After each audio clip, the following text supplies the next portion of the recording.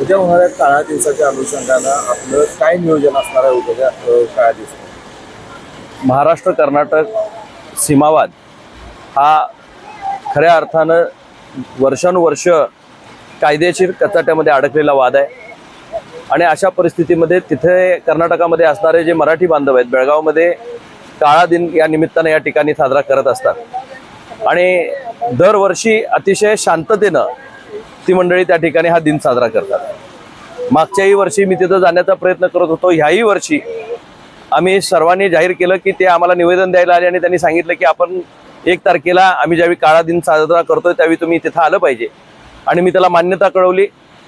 मी भारत देशाचा लोकप्रतिनिधी म्हणून त्या ठिकाणी काम करतोय, संसदीय लोकशाहीमध्ये काम करतोय आणि भारत देशातल्या एका खासदाराला दुसऱ्या प्रांतामध्ये जात असताना माझ्यावर कोणता गुन्हा नाही, माझ्यावर आतापर्यंत कुठल्याही पद्धतीचा कर्नाटक आणि महाराष्ट्राच्या वाद लावल्याचं कुठलंही प्रकरण त्याच्यामध्ये नाही।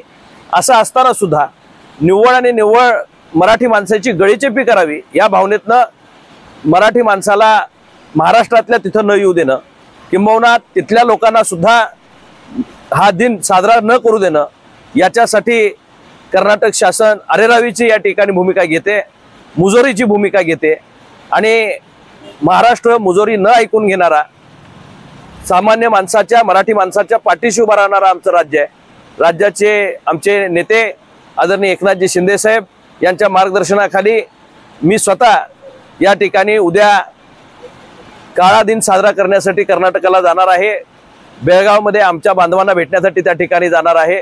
निश्चितच ही कुणाच्या विरुद्धची लढाई नाही, कायदेशीर लढाई त्या ठिकाणी कोर्टामध्ये चालूच आहे, पण दुसऱ्या बाजूला जी गळेचेपी केली जाते त्या विरोधात खऱ्या अर्थानं आम्ही आवाज उठवण्यासाठी या ठिकाणी जाणार आहोत।